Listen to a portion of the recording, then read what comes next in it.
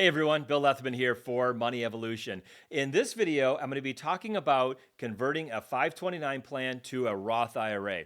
So, if this sounds kind of like a new idea, you are absolutely correct. This is something that was just created as a part of the Secure Act 2.0 that just passed in December of 2022. And in fact, these rules don't even go into effect until 2024. So, in this video, I'm going to break it all down and give you the details and the things that you need to think about if you do have some money left over in a 529 plan. But real quick though, before I get into the content of today's video, if you're watching this and you're thinking to yourself, hey, I'd like to get some help on some of this, or I've got some additional questions, check out some of the links right below the video.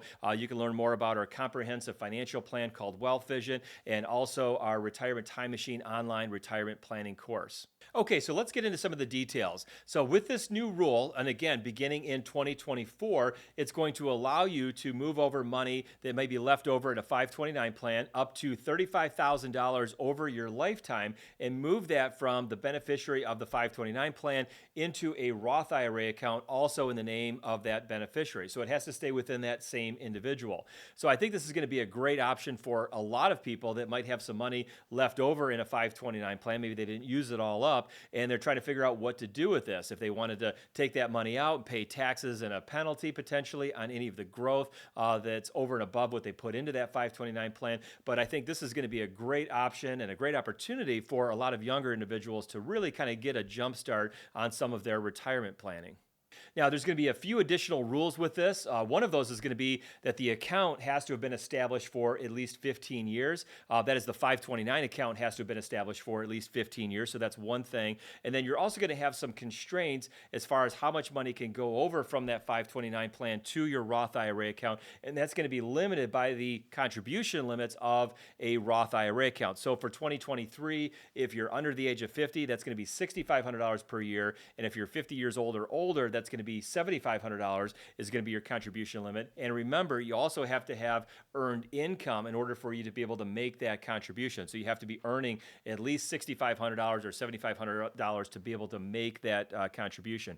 One thing is that even though you're kind of doing a conversion from a 529 plan to a Roth IRA account, there are no income constraints, restrictions on this. So that's important to note. So it doesn't matter how much income you're making. So that's good. And again, this is something that doesn't go into effect until 2024 and allows you to do up to $35,000 cumulative over your lifetime. So this really kind of changes up a little bit the thinking that you might have when it comes to contributing money to a 529 plan.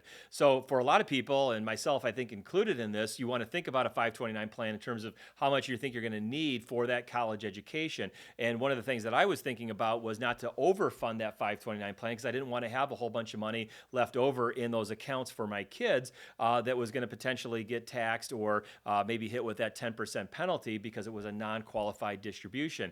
So with this, kind of gives you a little bit more of a buffer and to know that, there is some options that if you have some money left over in the 529 plan that you can help your kids or grandkids or whoever this account may be for get started with that Roth IRA account. So remember, just to kind of refresh, as far as contributing money to a 529 plan, there's really no contribution limits for how much money can go into that, but you are technically restricted by the gifting tax rules, which for 2023 is going to be $17,000 per individual. So any number of people can contribute $17,000 to a child's 529 plan. And they also allow you to kind of wrap 5 years of those contributions together. So you can actually contribute a total of $85,000 all at one time. Now, you wouldn't be able to make another contribution until after those 5 years are up, basically in year 6. But there's a lot of ways that you could sort of supercharge the money going into these 529 plans. And as we're kind of digesting some of the wording and the verbiage from the Secure Act 2.0, we have a few questions. At least I have a few questions. So one of those is that, okay, this is a great situation. If you have a beneficiary, they can move over $35,000 of this leftover money to that Roth IRA account over their lifetime. Well, what if you change the beneficiary of that 529 plan, something that's allowed within the rules right now? So you can change the beneficiary of a 529 plan from one individual to any of their siblings. You can change it from that individual to their kids. So my kids, if they had money left over in a 529, could technically leave that money in a 529 plan and wait long enough for them to have kids and then use that 529 money for their kids' basically would be my grandkids' college education. So it can go down a generation, it can go across to siblings, and it can actually go up. So if I decided I wanted to go back to college, and they could actually, we could actually change the beneficiary to me or to my wife, and we could use that for our college. So the question is that if I change the beneficiary of a 529 plan from, let's say, my son to myself or to anybody else, my wife, or to maybe one of my future grandkids, can they get an additional $35,000 of a conversion from that 529 plan over to a Roth? So that's something that's very unclear with the current wording of the Secure Act 2.0. But this is a question that I'm asking, and a lot of people in my circles are asking too. And if it does allow that to happen, that really opens up a lot of very interesting estate and legacy planning there, and thinking about how much money can go into these accounts. So yeah, can the beneficiary change? We know it can, but can you get an additional $35,000 once you change it from one beneficiary to another? That's one question. And the other question is, if you do that,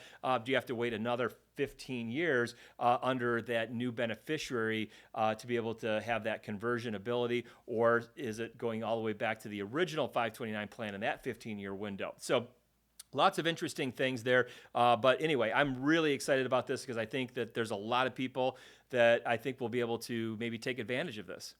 So I hope you enjoyed the video today. Again, if you liked the video, please hit that like button. Also subscribe to the channel and hit that little notification bell. That way you get notified whenever we're putting out new content. And again, if you're interested in learning more about what we do, we've got some links down in the description below. And with that, I look forward to seeing you back in one of our next videos. Thanks.